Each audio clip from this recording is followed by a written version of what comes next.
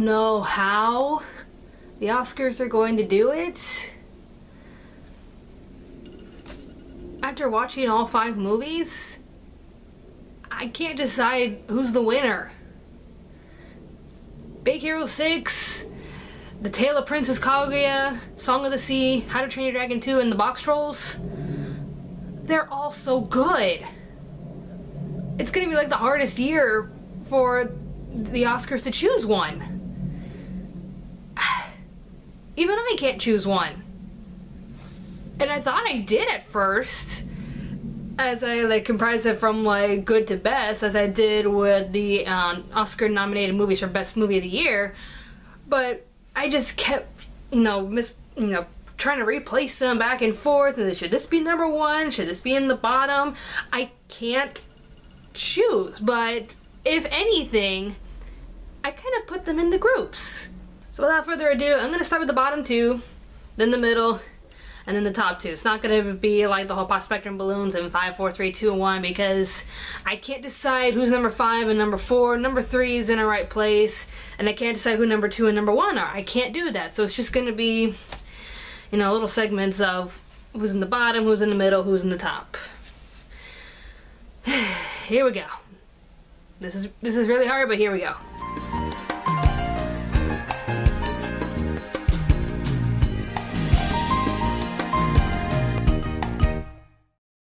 Alright, in the bottom 2, I'm gonna start with the one that I thought was number 5.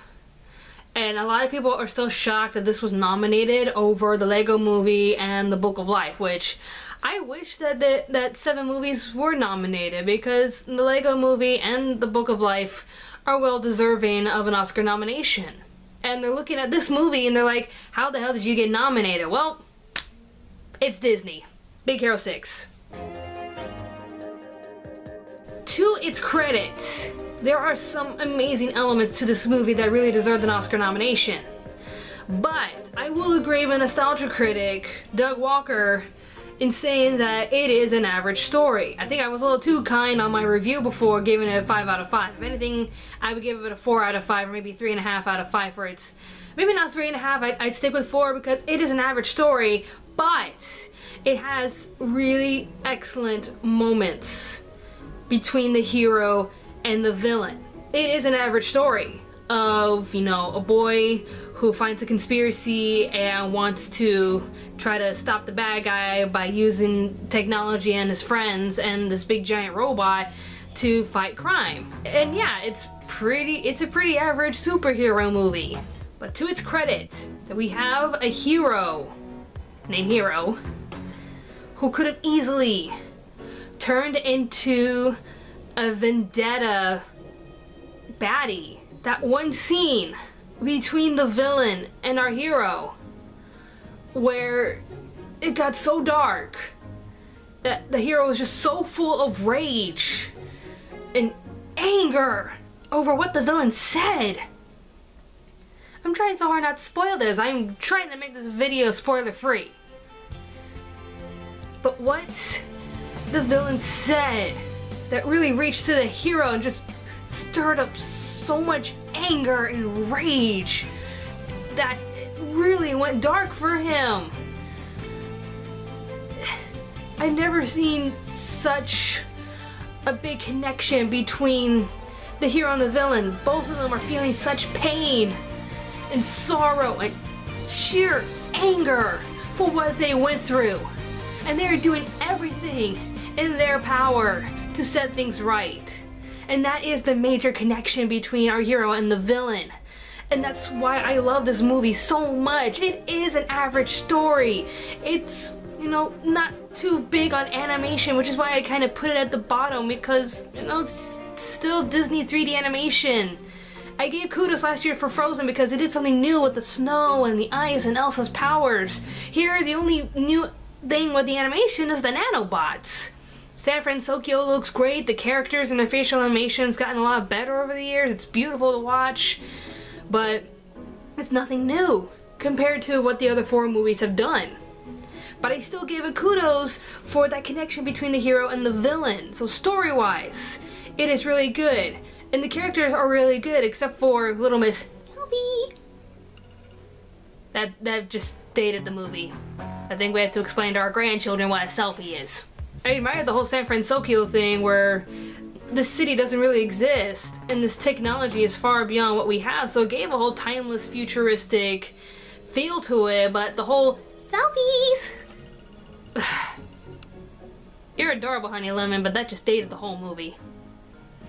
That was just like Disney saying like, this is you! This character relates to you! So, yeah, average animation, some good characters, awesome connection between the villain and the hero, but I really don't think Big Hero 6 will win the Oscar.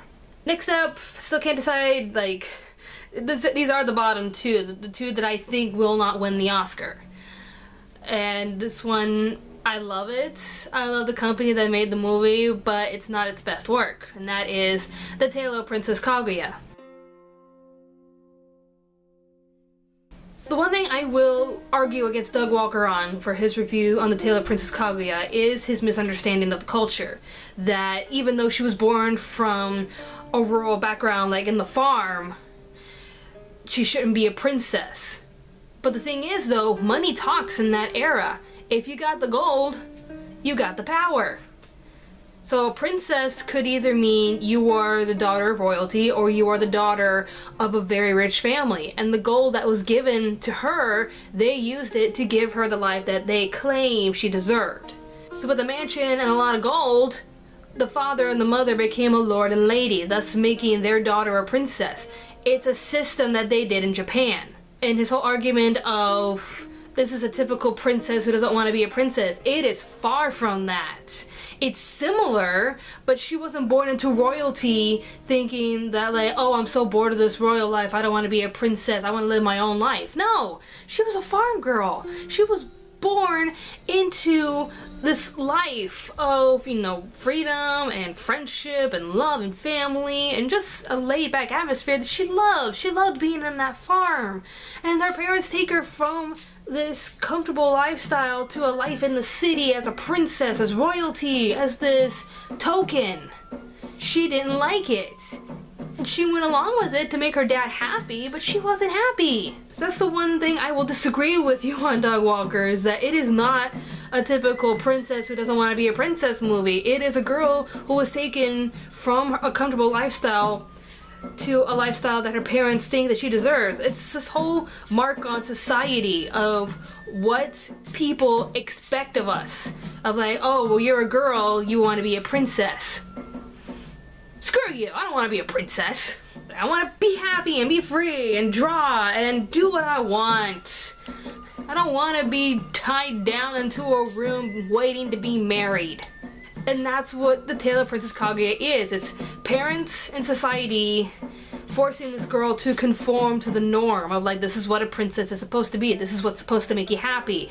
And this is her screaming, no, this is not what's making me happy. I am angry. I am furious. I want to go home. And she knows she's not going to get her way, so she's just like messing up the system as she goes. So I actually prefer this over The Little Mermaid and any other story like Brave of a bratty little princess who doesn't want to be a princess. Because Kaguya, she had the lifestyle she wanted. It was taken away from her, and she's just making life hell for everybody else so that she can get the point clear. I'm like, I don't like being here, let me go home. But I will agree with one thing about what Doug Walker said about the animation. Studio Ghibli had the opportunity to do something very different, and they did it for a few scenes, where the line art and the colors expressed Kaguya's emotions. When she was frolicking in the cherry blossoms, spinning around, it was gorgeous and free and open and so colorful. When she was locked in this room as the men and the lords were having a party celebrating the fact that she's now a woman, she was angry, and so she ran away, and there was all these dark colors, thick line art, such anguishing emotional drawings. Like they were just like sketching in pure fury and anger, and you felt the emotions of that. But when it came to the points where she was sad or depressed, emotionless, nothing really changed. It was just the same animation from like the beginning. It's like you saw the bright colors when she's happy, you saw the harsh line art when she's angry, but when she's scared or sad or any other emotion, you don't see any changes. And the other thing I need to point out is I love how most of the characters look like wall scrolls from Japanese paintings. It put in so much effort to making these characters dated from this period of wall scrolls and paintings and Japanese, it was the Edo period. I don't know, I can't remember all of the Japanese timelines, but they dated it to an ancient time of these paintings, and the characters match the style. Except Kaguya and the boy from the farm. They look like Ghibli children. You could look at those two and say, yeah, that's Ghibli, with the eyes. Every other character matched the wall paintings and wall scrolls, but these two, no. They look like Ghibli kids. So Ghibli had the opportunity to take this new animation style and just go with it. But they didn't really go for it all the way. That's why, for animation-wise, the story is great. Animation-wise, they didn't bring the movie to its full potential, and that's why it's in the bottom for me. In the middle, there are amazing aspects to this movie. It could win the Oscar, but there are some elements that may pull it back. And I love this movie. I've watched this so many times and I love this movie. But there are some things that I need to nitpick at, and that's pretty much what's gonna happen for the top three. Is I have to nitpick to see like what ranks on top. And I can't choose between those two, but this one, I'm like, yeah, in the middle. As much as I love this movie, it's in the middle. It could win, it could not win. The Box Trolls. From the creators of Coraline and Paranorman, The Box Trolls is an amazing representation of still art animation. How they're figures that, you know, you have to like make a pose, click, make a pose, click, make a pose. It's a lot of hard work and dedication, and the details that went into all the characters and the setting and the Box Trolls' universe. Every little detail was just so thought-provoking when you look into the fine lines and the little tiny details, and that's why it deserves the Oscar. But story-wise is where you get me. It is a good story. It is a deep representation of how politics can really work, of how if a man is so desperate to get something, he is willing to go through lying, cheating, and genocide to get what he wants. But at the same time, the characters are so over the top. They're so overwhelming in their personalities and their character traits. It's a little overwhelming for some people. The kids are fine. I love the little girl with her, you know, traits of like depicting of how the Box Trolls are going to torture little children with rivers of blood and mountains of bones and pickling little entrails and intestines, and I'm just like, oh, that was me when I was a kid. I didn't like horror things, but I did talk in a weird way. Like, I was not a normal child, and this is not a normal child. But when it came to the adults, with a father who doesn't really give a crap about his family, all he cares about is white hats and cheese and Lady Frou-Frou or Madame Frou-Frou, whatever her name is. It was very over-exaggerated with how pompous and arrogant he is, how he just gives no shits of everyone else's needs. All he cares about is being pompous and arrogant and eating cheese while wearing a poofy little hat and watching Madame Frou-Frou perform her acts, and it was very overwhelming. These adults are just so arrogant and selfish, and you think the mom would step in, but even she is just like Little Miss, you know, prissy and like, oh dear, you're home now, that dress is dirty on you, change it to something different and have that one burned. It's like society was just so drawn into this over-exaggerated, overly arrogant and overly ignorant society. It was very overwhelming. And for the henchmen of the bad guy, they they really drew out this whole good versus evil argument a little too much. It's like 4 or 5 times in this movie they had to debate whether they were good or bad, and I'm like, we get it already. We get it. We know what's gonna happen to you two, or what you two are gonna do at the end of this movie. This is so obvious. But they just keep arguing. Like, it's fair to argue because they believe what they're doing is right, because they are being told that these box trolls are evil little minions that kidnap little children and they'll eat them. But at the same time, they're still questioning that, well, these little creatures, you know, they're hiding and they're shivering and they look scared. Are we doing the right thing? Well, of course we're doing the right thing. We're the good guys. But that kind of got annoying, which how they're trying to define themselves and how they're trying to stand their ground, saying that, no, we're the good guys, we're the good guys, we're the good guys! And we'll fall like crap if we're not the good guys. But we're the good guys! You got over-exaggerated, but I will say the villain is so brilliant.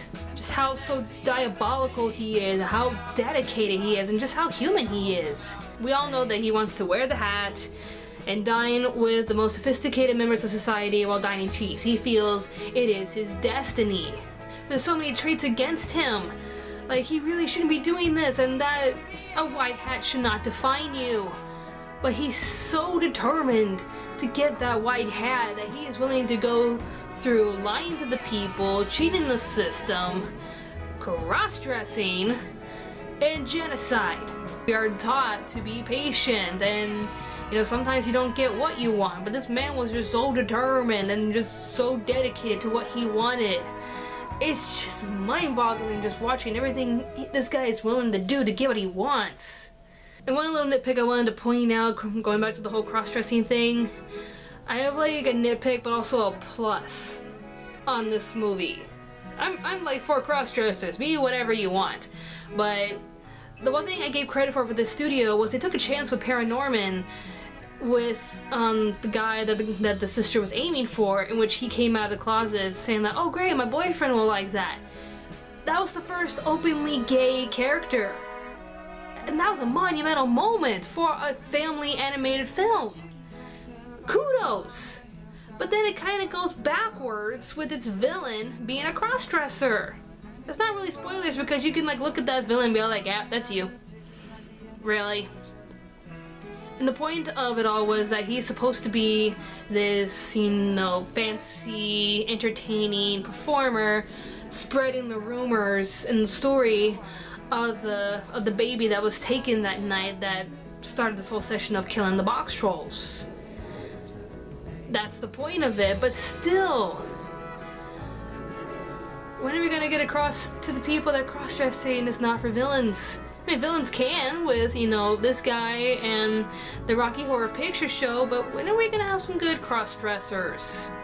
Cross-dressing's not bad, it's not just for villains, when are we gonna have some good ones? But I kinda got my wish in this movie. Cause a little tiny detail that I was talking about, I got it. The box trolls are named after images that are painted on their boxes. Eggs, fish, shoe. We don't know their genders. We assume that fish is a boy because they call him the father, like he's the one that's raising the baby. But with everybody else, we don't know, like they are just box trolls. We don't know if they're male, female, we don't know. And the one beautiful thing I love is Shoe. He's named Shoe because he has a shoe on his box. But it's not a regular shoe, it's not a boot, it's a high heel. Shoe is wearing a high heel on his box. And some will say, well, that makes him female. We don't know that. Boy, girl, doesn't matter. Shoe likes high heels.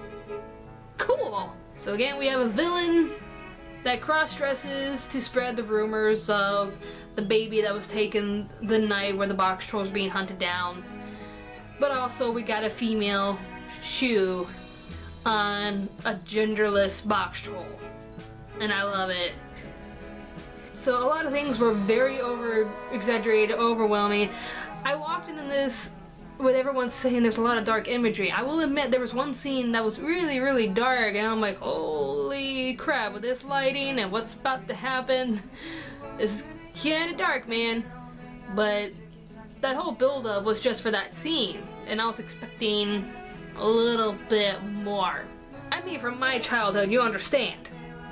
So overall, with its animation and the story, it's really good, but for some of the characters, like the adults and the minions, it was a little overwhelming. So it could win, but I don't understand why it didn't.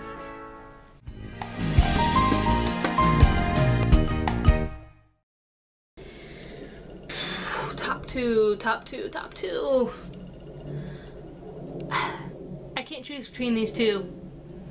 I had this whole system, I'm like 5, 4, 3, 2, 1, but these two just kept going back and forth for me. I'm gonna start with the one that everyone assumes is going to win. How to Train Your Dragon 2. And I get it. It really deserves the Oscar. The story is brilliant, the animation is better. There's so many elements that really amazed me in this movie for animation wise. And for something as timeless as dragons and Vikings, you have to, like, you know, put a narrative or vision into this that makes it feel timeless with these characters and these creatures and the setting. And everything felt timeless. It was its own identity. Not like with Big Hero 6 with Little Miss Selfie Queen. How to Train Your Dragon 2 is its own identity. For the animation, I love every small little detail, from the mechanics of Toothless's tail, the peg leg that Hiccup has. I like the mechanic that goes behind how it switches, how he uses it for different modes. It's an awesome detail that the animators took extra effort into pointing out. You gotta give kudos to that. And the one thing that really, it's to some maybe minuscule, but the dragon ice. It has to scream to the world that this ice came from a dragon. You could have like ice shapes here and there. You could have like a tall mountain made of ice and someone point out, yeah, a dragon made that. But you look at this structure and you're like, what is that? And when they say that came from a dragon, you're like staring at it, analyzing it, like that's dragon ice. With its texture and color and shape and where it comes from. It's remarkable how the animators took that extra effort into designing dragon ice. It's like, okay, when a dragon breathes ice and forms a mountain of ice, what does it look like? Well, apparently it looks like this, and it's awesome. It is an awesome detail. And the one thing that really amazed me was the dragons. There are hundreds and hundreds of dragons in this movie, and each of them are different. They have their own traits, their own personalities, their own design. The only dragons that were multiplied were, you know, the ones that fly into school and the babies. The babies were all the same, just different colors. When you look at them, they're like little Yoshis. I want a baby Yoshi. But you look at their different designs, their different shapes and forms and personalities, and what makes them all special. And then the alpha dragon, the big kahuna dragon. Ah, the behemoth. It was so good. Just how they got the personality of that big giant behemoth and how he just protects everybody. He's the one that makes the dragon ice, and he's just napping all day like whatever. And it's just so impacting how the writers and the animators took so much time and effort to gain everything right, from the characters, the dragons, the settings, the dragon ice. It deserves the Oscar. The one minuscule thing I have against it though is the rushed ending. It is a very, very rushed ending. I felt with how long the movie was, it was kind of building towards another sequel where, you know, Hiccup makes a mistake and he has to try to fix it in the next movie. But we go from there to boom, ending. And it's like, okay, that was very fast. That was a very snappy transformation right there. A snappy, happy ending right there. But that's the only minuscule thing I have with the movie. So will How to Train Your Dragon 2 win? It could. I can see it definitely being the front runner with its animation and its timeless story. But there's Song of the Sea. Hush now, my story. Close your eyes and sleep. It's from the people that made Secret of the Kells, from Tom Moore, Ireland. They're releasing the DVD on St. Patrick's Day. My little the Irish blood in me is awakening as I listen to the music and watch this movie. It is so hard to find this movie. They only have it in special screenings, and you would think somebody would sneak in a camera and film the thing. Hell, I didn't have security in my theater. I should have done it, but I think everybody who went into this movie was just so respectful of the movie itself that they felt the need not to pirate it.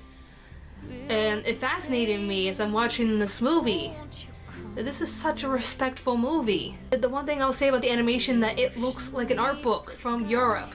Everything just felt so, you know, whimsical and childlike. Like, it felt like it came from a children's storybook. Everything was just so alive and bright and beautiful. And it's so different. It's so different. That's like the one thing I have with The Tale of Princess Kaguya and The Song of the Sea. It's 2D animation. Give some love to the 2D animation, come on. I can't remember the last 2D animated movie to win an Oscar. I think it was Spirited Away. Was it Spirited Away? I think Spirited Away was the last animated movie to win Best Animated Film. Everything else has been 3D. And say what you want about details, about everything that it takes to, you know, to make an environment happen like you have in How to Train Your Dragon 2. But when it comes to 2D animation, it's a lot harder. And for Song of the Sea to make this whimsical, beautiful, breathtaking fantasy-like wonder in Ireland, how it keeps this realistic environment of the city and the hills and the ocean and how everything feels real, but it has its fantasy-like atmosphere hidden in the little corners. And you respect that balance of fantasy and reality. And that's one of the aspects of this movie, is these kids learning that these fairies exist. But the one thing I will say about the story is that there were 2 unanswered questions. But at the same time, there's another part of the story that's kind of like balancing out the 2 unanswered questions and the biggest element of the movie. In which I said no spoilers through this, but these 2 questions are pretty much things that are like in the beginning of the movie, so it's not too spoilerish. It's the one thing about Ben and Saoirse, their mother is a Selkie.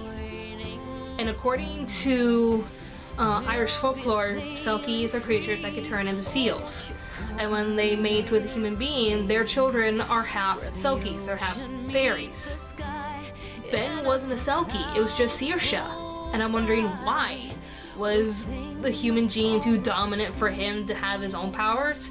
And you may argue, well, it's only girls that can have it. Well, no, there are male Selkies. I'm wondering, like, if it's like, if it's like a boy that comes out from a female Selkie, that maybe the human gene is too strong for the male Selkie gene to kick in, but I don't know. But I want to know, why wasn't Ben a Selkie? Why was it just Saoirse? We still have one unanswered question. I'm trying so hard not to ruin this movie, but still that question of why did she dive into the ocean? Did she sacrifice herself? We don't know after you see the ending of the movie. So it's those 2 unanswered questions of like why was Saoirse born that way, and why Ben was not a Selkie himself? Why was it just Saoirse?